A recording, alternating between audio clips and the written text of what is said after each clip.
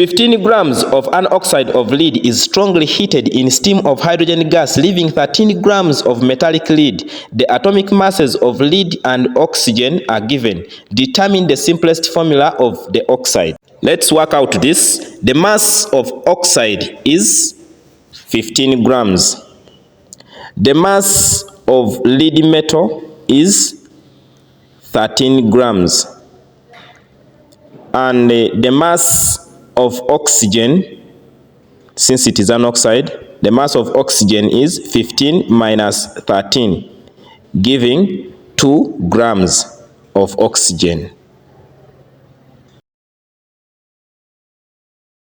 And from here, we can determine the simplest formula or the empirical formula. We start with elements that makes up this compound. Remember, it's an oxide of lead. Therefore, the elements are lead and oxygen. But we write them in a ratio format. Next is composition by mass of the elements. Lead, we have 13, and oxide, we have 2. Next is number of moles. How do we determine number of moles? That is mass of a substance or element over the RFM or the atomic mass. For lead, it is 13 over 207.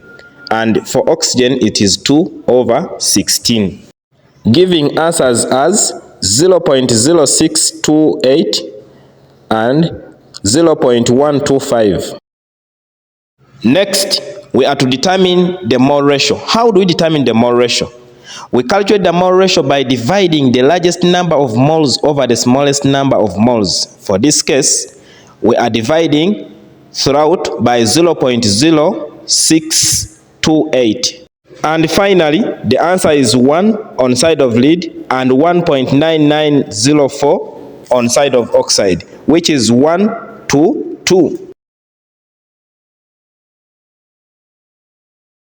And the simplest formula can be written as lead, it has a silent 1 because it has a ratio of 1, then oxide with a 2.